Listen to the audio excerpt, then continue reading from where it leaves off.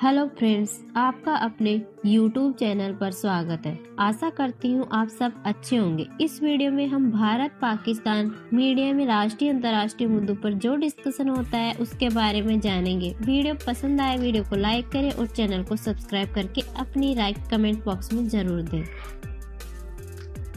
मुल्क कोलैप्स कर रहा है, लोग मर रहे हैं, डेंगू से, मलेरिया से, गैस्ट्रो से, हर किस्म के वाटरबॉर्न डिजीजेस से लोग मर रहे हैं। गवर्नमेंट कोप नहीं कर सकती है और कोई नहीं आ रहा है लोगों को मदद करने के लिए। इमेज को एक बार फिर दहशतगर्दी और इंतहा पसंदी के साथ जोड़ दिया गया। नतीजा क्या निकला?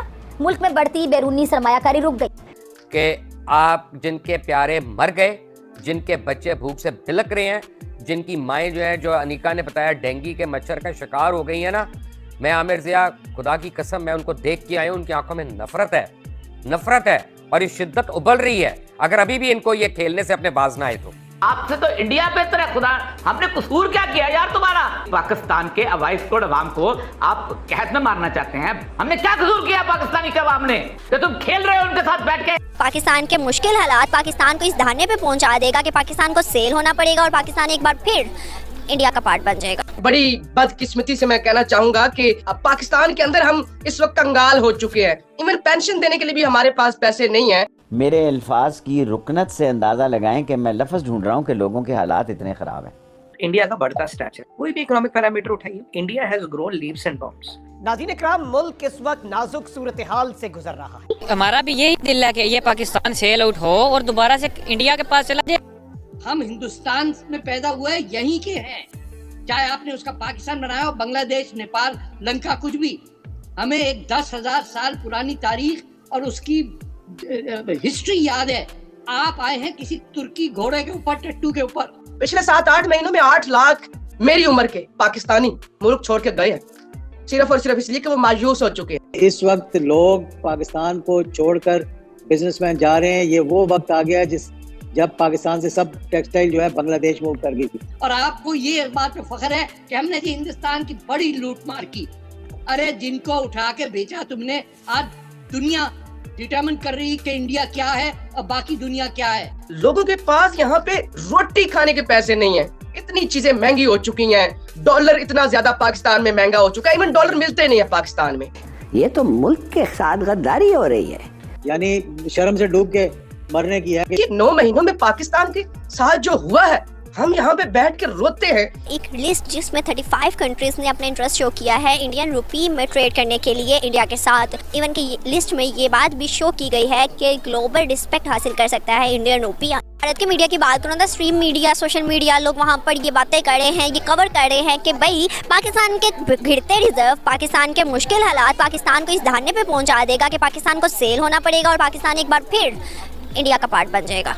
ये बिल्कुल आपकी बात ठीक है। हमारा भी यही दिल है कि ये पाकिस्तान सेल आउट हो और दोबारा से इंडिया के पास चला जाए, तो दोबारा लेने में चले जाए। इसमें गलती तो कोई नहीं है।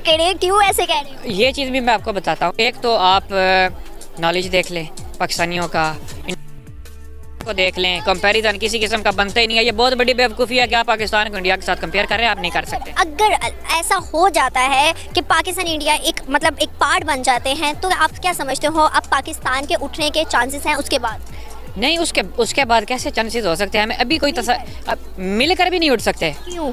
वो इसलिए कि पाकिस्तान के पास है क्या जो ये मिल के उठेंगे? ये दे क्या सकते हैं? ना नॉलेज दे सकते हैं ये इंडिया को, ना ये अपनी कोई इंडस्ट्री दे सकते हैं, ना इनके पास मोबाइल इंडस्ट्री है, कुछ भी इनके पास नहीं है। इनफैक्ट देखिए, हम चाइना की जितनी भी कंपनी है, शाओमी कंपनी है, रियलमी, रेडमी, सारे ये इंटरलिंक करके तो अब सारे ऑफिस, एप्पल अपने ऑफिशियल जो है वो लॉन्चिंग जो अगला आईफोन 14 आएगा वो तो करेगा इंडिया से। वो क्यों करेगा? कि इंडिया पे उसको भरोसा है। पाकिस्तान के साथ वो क्यों कुछ नहीं करता? पाकिस्तान में भी माशाल्लाह से कोई भी एप्पल स्टोर नहीं है पूरे पाकिस्तान में।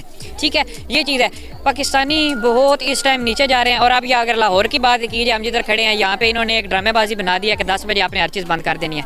वो क्या है? लोगों को दिखाने के लिए कि यहाँ स्मोक है। ये बेसिकली स्मोक का रीज़न नहीं है। ये रीज़न ये है कि 10 बजे से काम सही से शुरू होता था बरकत मार्केट इधर लिबर्टी वगैरह में। तो ये 20 दिन के बाद ना अमेरिका को अपना ग्राफ दिखाएंगे कि ये देखें अवाम कितनी गरीब है, भूख से मर रही है, हमें कर्जा दे। वो जब कर्जा देगा तो ये सारा कुछ 16 जनवरी को ये सारा कुछ खोल देंगे। ये इनकी मेन रीज़न है। ये स्मोक वाला कोई रीज़न नहीं है, ना स्मोक है ना फॉग है, इधर कुछ भी नहीं है। ये सब जो मीडिया है ना, ये लोगों को गुमराह करने की कोशिश कर रहा है और कुछ भी नहीं है। मैं बात करूँ ना इंडिया और पाकिस्तान की, यू नो कि पाकिस्तान और इंडिया को टाइम पीरियड एक जितना हुआ है, लेकिन आज इंडिया को प्रेसिडेंसी मिल गई। इंडिया को G20 की मीटिंग में अगला जो 2023 में वो उनको मिल गया कि आप करवाएं। अगर मैं इसके अलावा बहुत चीज़ें आपको गिनवाऊँ तो सब कुछ इंडिया के पास है। इवन के वहाँ इन्वेस्टमेंट के साथ लोगों ने रिलेशन अच्छे बनाना शुरू कर दिए। अगर हम भारत की मीडिया की ही बात करें, उनका कहना है कि पाकिस्तान अब डर गया है जब से मोदी आया है। क्या आपको लगता है? पाकिस्तान डरा तो खैर नहीं है, लेकिन ये कुछ कर नहीं सकता, इसलिए फिर जो भी न्यूज़ आती है ना वो क्या कहते हैं कि जो किसी का वो क्या कहते हैं बेदी होता है ना, वो बेचारा आगे से बोल नहीं सकता। वो जो बात करेंगे हमें माननी पड़ेगी। अब ये इंडिया और पाकिस्तान का हिसाब ये है ना कि हम ये चाहते हैं, आप इधर की अगर आप पुलिस फोर्स देख लें या कोई और देख लें, तो एक उन्होंने आदमी रखा होता है, वो छतरी उसके ऊपर रख के तो चल रहा है, वो अपना खुद हाथ में पकड़ते हैं। दोनों पॉलिटिक्स की ही बात करूँ, अपने जितने भी पॉलिटिक्स पीछे, मैं 15 साल का 30 साल तो हमारे एक ही ने किया है। अगर मैं 45, 40, 50 की भी बात करूँ पॉलिटिक्स को पीछे, और अगर मैं इस पॉलिटिशियन की बात करूँ जो कि इंडिया में करंट है और इससे पहले, कैसे कंपैरिजन कर सकते? कंपैरिजन बिल्कुल बनता नहीं है। अब आप ये चीज़ देखें कि हमें एक तो हिस्ट्री सबसे गलत बताई गई है। हमें ना कोई कायदा रहमतुल्लाह अलैह की हिस्ट्री सही बताई गई है, ना कोई हमें अब जी 1965 की जंग पाकिस्तान जीता था, 1971 की पाकिस्तान जंग जीता था। यार कैसे जीता था? अगर जीता तो इंडिया हमारे पे हुकूमत करता। ये हमें ना बिल्कुल गलत नॉलेज दिया गया। फातिमा जिन्ना जी ऐसे थी, ये थी, अल्लामा इकबाल ये थे, वो थे। यार वो जो कुछ भी थे हमें कम से कम। इनफैक्ट मैं आपको एक मज़े की बात बताता हूँ, हम सब मुस्लिम्स हैं, करबला का वाक़या में गलत पढ़ाया गया है। जब हमें करबला का वाक़या गलत पढ़ाया गया तो उससे आगे हम पाकिस्तान की पाकिस्तान की सियासत भी हमें गलत पढ़ाई गई है। क्या लगता है कि ये जो 71 की जंग या 65 की जंग बता के पाकिस्तानी स्टूडेंट्स को कि हमने जीती है, इसमें हमारा कोई फैक्ट है, कोई बेनिफिट है? हम जो बच्चों को गलत बयानी कर रहे हैं, ये बिल्कुल गलत बयानी करके नफरत फैलाने की कोशिश कर रहे हैं। अब हम कहते हैं, अब वालिदैन है ना, वो बच्चों से कहते हैं कि इंडिया से आप नफरत करें। आज हमने थोड़े से उनके बच्चों के शॉर्ट्स लिए तो वो यही कहते हैं कि जी हम नफरत करते हैं, हमें वालिदैन ने सिखाया है। इनको घर से तरबियत ये दी गई है कि आपने एक बंदे को, अच्छा हम कहते हैं ना कि यार किसी को डिग्रेड नहीं करना चाहिए। यार हम पाकिस्तानी खुद ऑलरेडी डिग्रेड है, हमने किसी को क्या डिग्रेड करना है? जब हम बात करते हैं कि इंडिया को हम छोड़ेंगे नहीं, इंडिया से हम कश्मीर छीन के लेंगे, इंडिया मोदी को हम नहीं छोड़ेंगे, तो हमें यह देखना चाहिए कि अगर आज हमारी इंडिया के साथ जंग हो जाती है तो क्या एक ऐसा मुल्क जिसके पास रिजर्व भी आपने नहीं है, वो सऊदी अरब से ले रहा है और दूसरे मुल्कों से कह रहा है, और IMF और बाकी जो central bank, Asian central bank, उससे ले रहा है, और इस वक्त डिफॉल्ट की हम पोजीशन पर पहुंचे हुए हैं। हमारे अपने मिनिस्टर्स ये कह चुके हैं कि जो पेंशन होती है ना, कि बूढ़े बुजुर्ग छोटे छोटे नौकरियों वाले जो रिटायर हो जाते हैं और उसके बाद वो पेंशन पे अपना गुजारा करते हैं, उनको देने के लिए पेंशन नहीं है।